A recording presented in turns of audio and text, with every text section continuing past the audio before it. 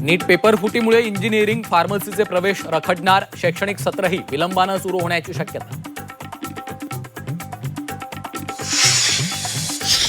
नीट paper फुटी प्रकरणात सीबीआयची धडक कारवाई सुरूच. लातूरच्या डॉक्टर मनोज शिरुरेला पुण्यातून अटक. शिरुरे आरोपी मोठे गावकरच्या होता संपर्कात. नीट पेपर फुटी प्रकरणातील आरोपी मनीषा मांढरेच्या लॉकरची झाडाझडती.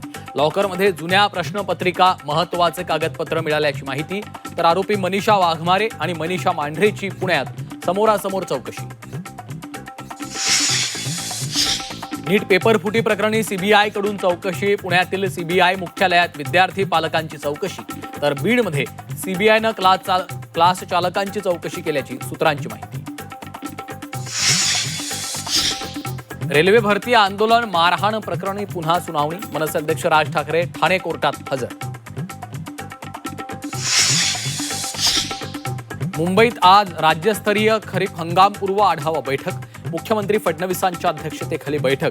डिझेल तुटवड्यावर तोडगा निघणार का याकडे लक्ष. पाणी टंचाईच्या संकटात मुंबईकरांना सरकारचा दिलासा. धरणांमधील राखीव पाणीसाठा वापरण्यास महापालिकेला परवानगी. ऑगस्टपर्यंत अतिरिक्त पाणी कपातीचं संकट टळणार. विदर्भासह उत्तर भारतात उष्णतेची तीव्र लाट. वर्ध्यामध्ये पारा थेट 47 अंशांवर. तर पुढील 4 दिवस उष्णतेचा ताप कायम राहणार. केंद्रीय मंत्रिमंडळात फेरबदलाची शक्यता. पंतप्रधान मोदींच्या परदेश दौऱ्यानंतर होत असलेल्या मंत्रिपरिषदेच्या बैठकीत बदलाबाबत चर्चेची शक्यता. सोनं चांदीची दरवाढ सुरूच. सोनं 1000 तर चांदी 2000 महागली. जीएसटीसह सोनं प्रतितोळा 1,62,000 चांदीचे दर थेट 2,78,000 पोहोचले.